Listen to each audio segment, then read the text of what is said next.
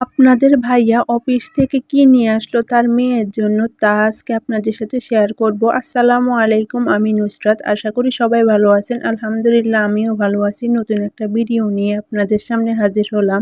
রাত্রে আপনাদের ভাইয়া অফিস থেকে আসার সময় জিজ্ঞেস করলো যে কি লাগবে, তখন আমি বললাম যে গরম মশলা শেষ হয়ে গেছে, নিয়ে আসবা মনে করি। তখন নিয়ে আসলো আর আমি এই বক্সগুলোর মধ্যে ঢুকিয়ে রাখতেছি। আপনাদের ভাইয়া অফিস থেকে সুন্দর এই বক্সগুলা নিয়ে আসছে। বক্সগুলোর মধ্যে অনেক কিছু রাখা যায়। বক্সগুলো তো আমার অনেক পছন্দ।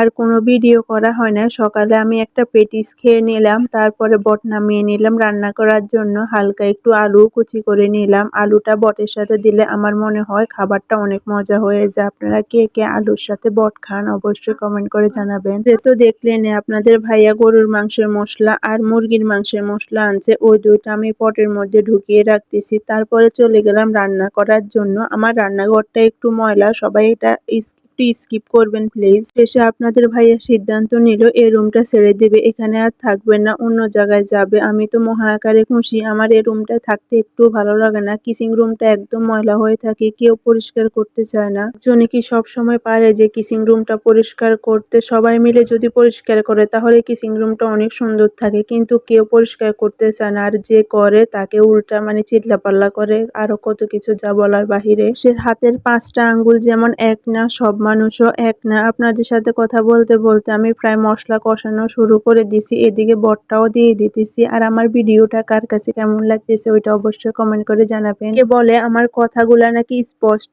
না, একটু কমেন্ট করে জানাবেন আমার কথাগুলা কি স্পষ্ট হচ্ছে কি না। আমাদের ভাইয়াকে অফিস থেকে যদি কিছু খেতে দেয় অবশ্যই খায় অনেকের সামনে, কিন্তু তার মন থেকে যায় বাসায়, কারণ তার বউ বাচ্চা আছে। আর অফিসে খেলো না, নিয়ে আসলো বাসায় খাবার। আমার মেয়ে দেখে তো মহা আকারে খুশি হয়ে গেছে, বলছে আমার তরকারি দিয়ে খাবে না, তার বাবা যা আনছে সেটা দিয়ে খাবে। আমার রান্নাটা প্রায় হয়ে গেছে আর মেয়েকে পড়তে বসাইছি। মেয়ের পড়ালেখা শেষে মেয়ের বাবা আসবে, মেয়েকে নিয়ে একটু পড়তে বসলে ও যে কত দুষ্টামি করে, কত যে দুষ্টামি করতেছে যা বলার বাইরে। দেখি জানুয়ারিতে আমার মেয়েটাকে ভর্তি করিয়ে দিব, সেজন্য পড়ালেখাটা একটু বেশি করাইতেছি। 2 বেলা পড়তে বসায়, তারপরও ওকে বেশি চাপ দেয় না, যতটুকু পারে ততটুকু পড়ানোর চেষ্টা করে, ও যতটুকু পারে ততটুকুই পড়ে। শেষে তো মেয়ে মহা আকারে খুশি হয়ে গেছে, কারণ তার বাবা আসবে। এখন তার বাবা আসার সময় হয়ে গেছে। দুপুরবেলা আজান দিলে ও বুঝে যে তার বাবা আসবে, সে মহা আকারে খুশি হয়ে যায়। আপনাদের ভাইয়া খাবার নিয়ে আসছে আর আমি আপনাদের সাথে শেয়ার করতেছি। যতটুকুই খাবার আছে আমি মহা আকারে খুশি, আমার মেয়ে মহা আকারে খুশি, কারণ আমার মেয়ে খাবারটা অনেক পছন্দ করছে। এ তো মহা আকারে খুশি, খেতে বসে গেল।